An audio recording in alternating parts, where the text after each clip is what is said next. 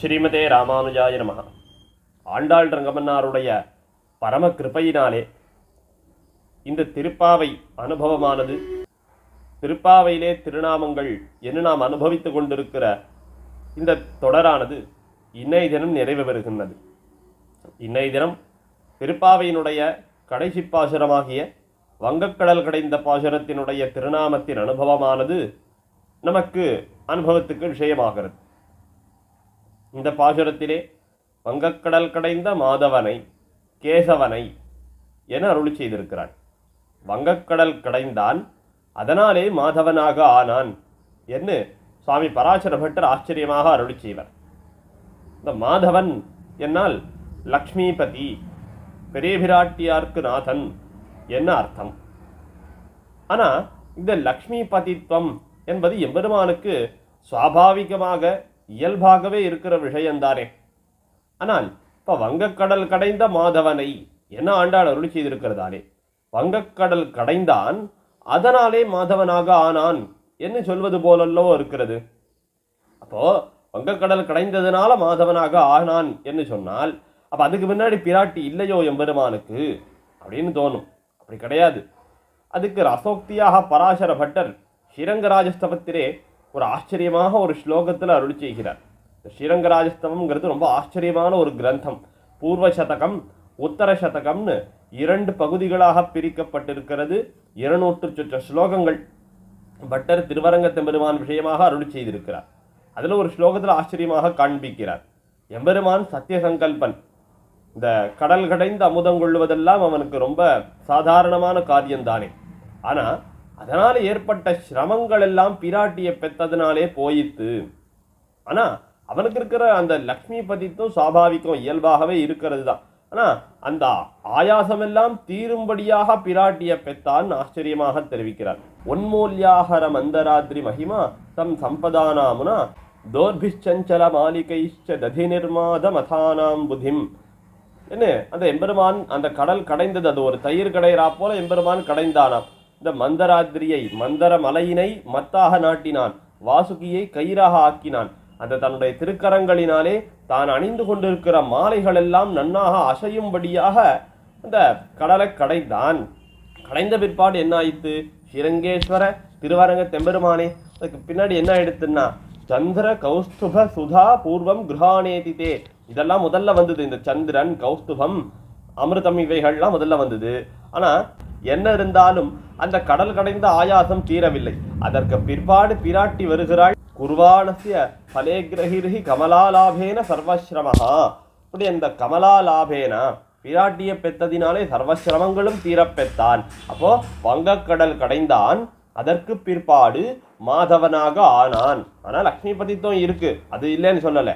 ஆனால் அதை பெற்றதினாலே தான் இந்த கடல் கடைந்த ஆயாசமானது தீரப்பெற்றான் எம்பெருமான் என்று பட்டர் ஆச்சரியமாக அருளி செய்கிறார்.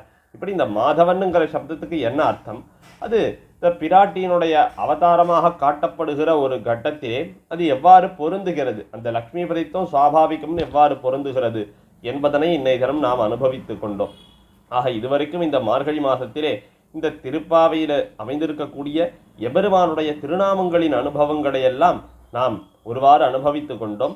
ஆண்டாளுடைய முக்கியமான உபதேசம், இந்த திருப்பாவையினாலே ஆண்டாள் நமக்கு முக்கியமாக காட்டக்கூடிய உபதேசம் என்ன? எபெருமானுடைய திருநாமங்களை பாட வேண்டும்.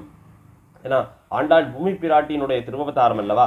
பூமி பிராட்டி வராகனை நாரிடத்திலிருந்து பெற்ற உபதேசமே அதுதானே. இந்த எம்பெருமானாகிற தன்னை இந்த சம்சாரி சேதனர்கள் எல்லாம் மனத்தினால தியானிக்க வேணும், வாயினால பாட வேணும், புஷ்பங்களை இட்டு அர்ச்சிக்க வேணும்.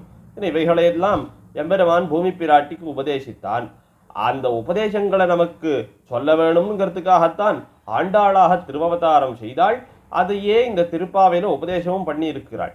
அதனாலதான் அங்கங்கே உத்தமன் பேர் பாடி பங்கையக்கண்ணானை பாட என்று பலவிடங்களிலே எம்பெருமானுடைய திருநாமங்களை பாட வேணும் என்று பாடிப்பறை கொண்டு அந்த எம்பெருமானுக்கு மங்களாசாசனம் பண்ணுதல் தான் இவ்விடத்துல பாடுதல். வெறுமனே எம்பெருமானுடைய திருநாமங்களை சொல்லி கொண்டிருத்தல் அப்படிங்கிறது ஒரு புறம் இருந்தாலும் அந்த எம்பெருமானுடைய புகழ் பாடி அவனுக்கு மங்களாசாசனம் பண்ணுதல். அதனாலே தானே கடைசியில பட்டர்பிரான் கோதை. அப்ப இந்த திருப்பாவைக்கு விஷயம் என்ன? தான் பட்டர்பிரான் கோதை பெரியாழ்வாருடைய சம்பந்தத்தை முன்னிட்டு கொண்டு எம்பெருமானுக்கு மங்களாசாசனம் பண்ண போகிற ஒரு தீனு தன்னை ஆண்டாள் காண்பித்துக் கொள்வதினாலே இந்த எம்பெருமானுடைய திருநாமங்களை பாடுதல் அப்படிங்கிறது இந்த திருப்பாவையில் திருநாமங்கள்ல நாம் அனுபவிக்கிறோம். இந்த திருநாமங்களை பாடுறதுன்னா நாமே திருப்பாவை எடுத்து படிச்சு இந்த பாட்டுல இந்த எம்பெருமானுடைய திருநாமம் இருக்கு நம்ம சொல்லிண்டே போகலாம் அப்படின்னு விட்டுடலாமே. எதுக்காக ஓரொரு திருநாமத்தை எடுத்துக்கொண்டு அதனுடைய பெருமைகள் அந்த திருநாமத்தினுடைய அர்த்தங்கள் எதனாலே அனுபவிக்கிறோம்? என்னால் அப்பதான் எம்பெருமானுடைய பெருமையை நாம் தெரிந்து கொள்ள முடியும். அவனிடத்திலே அவனுக்கு பல்லாண்டு பாட முடியும்.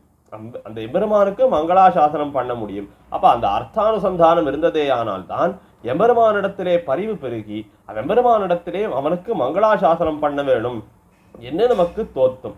ஆகையினாலே தான் இந்த திருப்பாவையிலே திருநாமங்கள் என்ன அந்த திருநாமங்களை இதுகாரம் நாம் அனுபவித்திருக்கிறோம். நற்கண்ணுக்கு இறங்கும் தேனோ தோற்கண்ணுக்கு இறங்குமா போலே என்ன பராசர பட்டர் அருள் செய்வரான். நமக்கு ஆண்டாள் அளவுக்கு பக்தி இல்லை நமக்கு.